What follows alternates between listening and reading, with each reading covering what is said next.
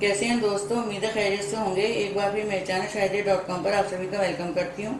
आज मैं आप लोगों के आलू टिक्की रेसिपी लाई हूँ। इसके इंग्रीडियंट्स मैं आपको बताती चलूँ। ये मैंने तीन थे मेरे पास आलू मीडियम साइज के। इनको मैंने हाफ बॉईल किया हुआ है।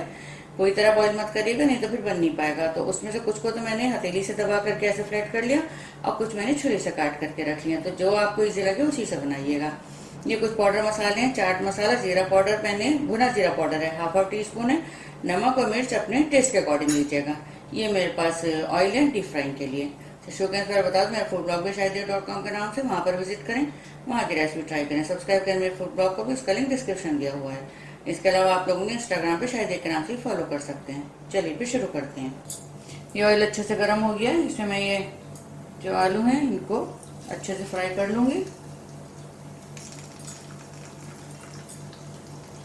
तो ये जो है, जो छोटे आलू आते हैं, जो बेबी पोटैटोज आते हैं, या वैसे भी आलू, तो उनको स्किन के साथ भी फ्राई करते हैं। अगर आपको वो अच्छा लगता हो तो आप उस तरह से भी कर सकते हैं। मैंने तो फ्राई के छिलके उतार करके किया है। तो इनको मैं गोल्डन ब्राउन होने तक फ्राई कर लूँगी। ये देखिए अच्छे से गोल्डन ब्राउन हो गए हैं। इनको मैं ऑयल से निकाल लूँगी। बाकी के जो मेरे पास और रखे हूँ मैं उनको भी ऐसे ही फ्राई कर लूँगी।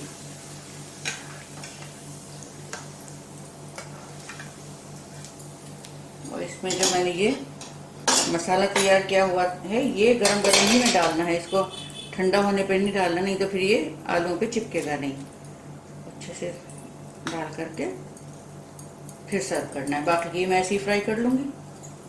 तो ये देखिए आलू टिक्की रेसिपी हमारे बनकर बिल्कुल तैयार है। मुझे जरूर बताइएगा रेसिपी आप लोगों को कैसी लगी।